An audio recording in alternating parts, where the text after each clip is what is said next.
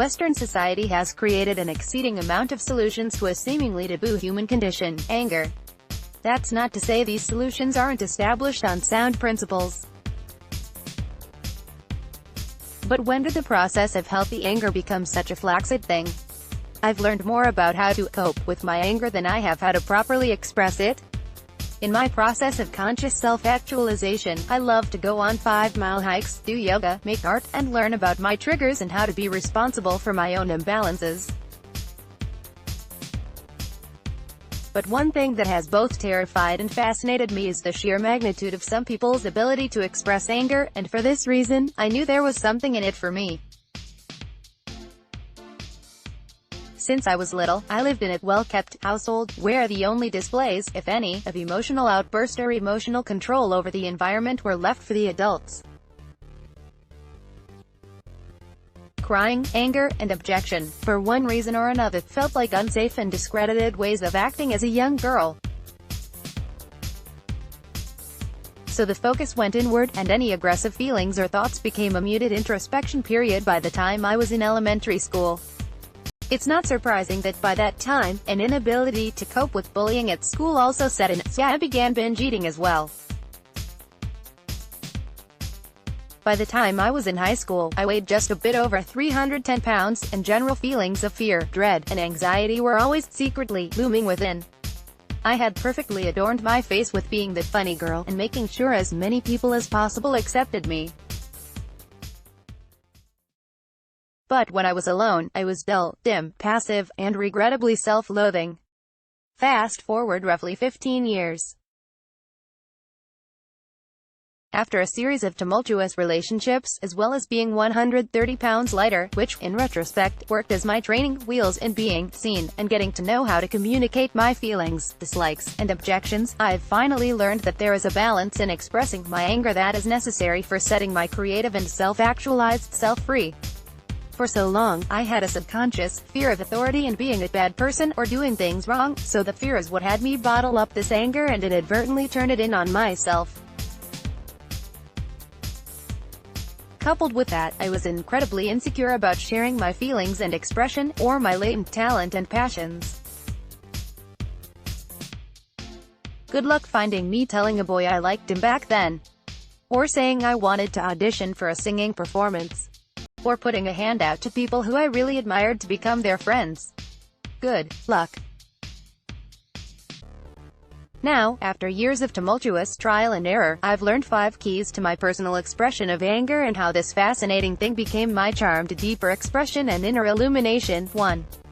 There is a difference between using anger to control other people and using anger to control myself. My anger was never meant to be a tool to control my environment or the people in it as the primary focus. This intensity was something I grappled with in many relationships because ultimately I was fearful of the people or environment I was in. I tried to control those feelings of vulnerability by using anger to control the external. This exhausting process was manipulative, self-destructive, and limiting. A light bulb switched on when I realized that my anger was being used in destructive ways only because I was not trusting and taking responsibility for my lesser feelings. Perhaps also because I was not getting out of situations that were not serving me soon enough. However, when the external, as it does, attempted to encroach itself on my well-being, this was a different story, and I learned that this was when the anger was meant for. If boundaries of respect or emotional autonomy were being crossed, and my peace of mind or personal well-being, or well-being of a project, were being demeaned, this was when I was meant to use anger appropriately.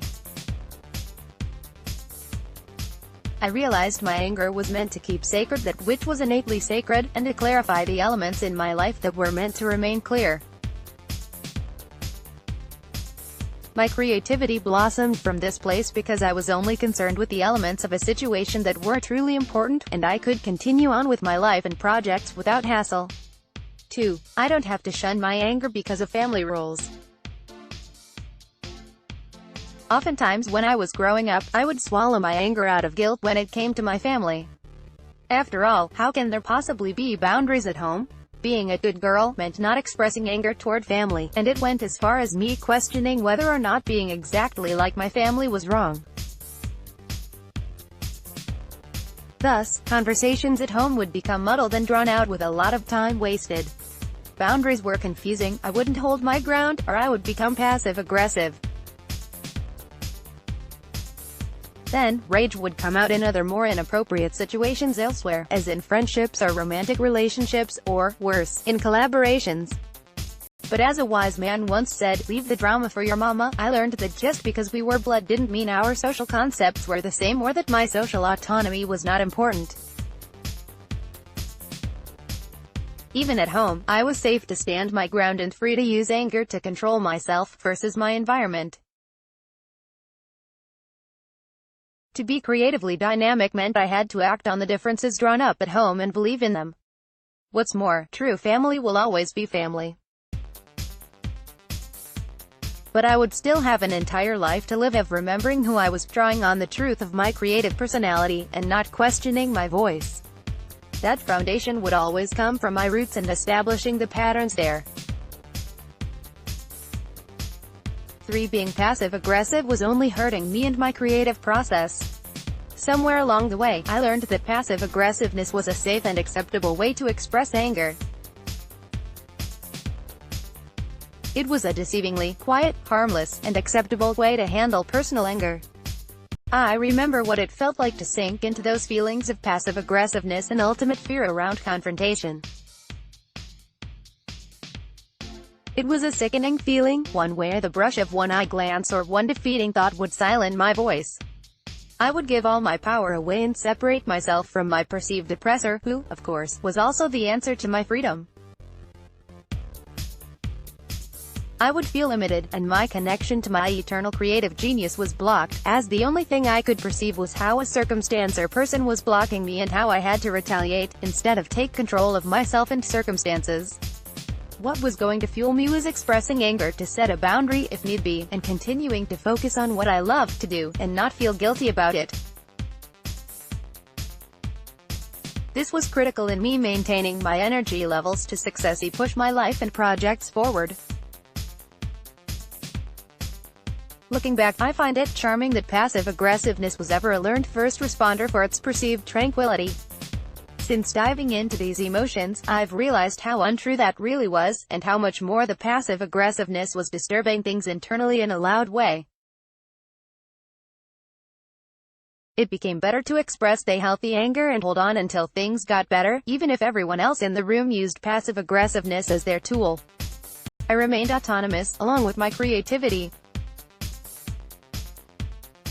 4. Cultural, emotional niceness conditioning had built my creative dynamism. I recently took a 3-month European trip. During that trip, I visited the museums of Rembrandt, Picasso, Dali, Anne Frank, and Vincent van Gogh. At the museums, I would always naturally plunge into the psychology of these timeless specimens, trying to understand who they were and what made them tick.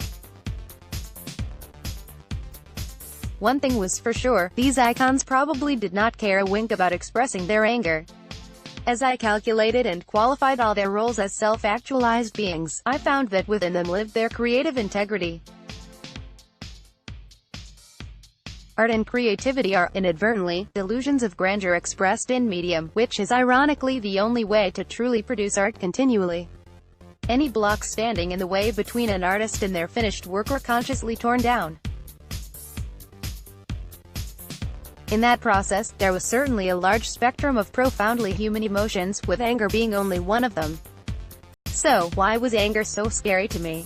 As I noticed I was scared to show genuine anger, so was I scared to show genuine talent, desire, joy, and vision. After all, who has time to be an authentic creative human while passive-aggressiveness and hiding a will for true freedom is where all the energy is going? 5. When I expressed my anger correctly, I got my energy back. There is something to be said about trusting that which we innately are. Suppression doesn't evolve us, it devolves us.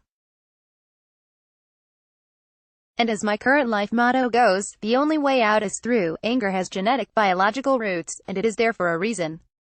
Often, you will hear pop psychology discuss how our fight-or-flight mechanisms are outdated because we are not cavemen anymore. However, that doesn't mean that within a Puritan society this real emotion isn't still there, isn't valid, or isn't true. To develop and progress our gene pool means investing ourselves in life, and life is truth. When I feel something now, I allow myself to feel it instead of suppress it out of fear that it means I am an evolved human being. Indirectly, my contribution to society becomes authenticity, and I don't have to waste or suppress my energy trying to deny that which I naturally am. I trust and thank my emotional body for the compass and navigation tools I am blessed with. And my reward? I feel incredible, because after the chaos, there is more growth, more life, and more energy. Denying that was denying my dynamic livelihood, my energy, and, yes, my creativity. I traded in resentment for my far-reaching liberation.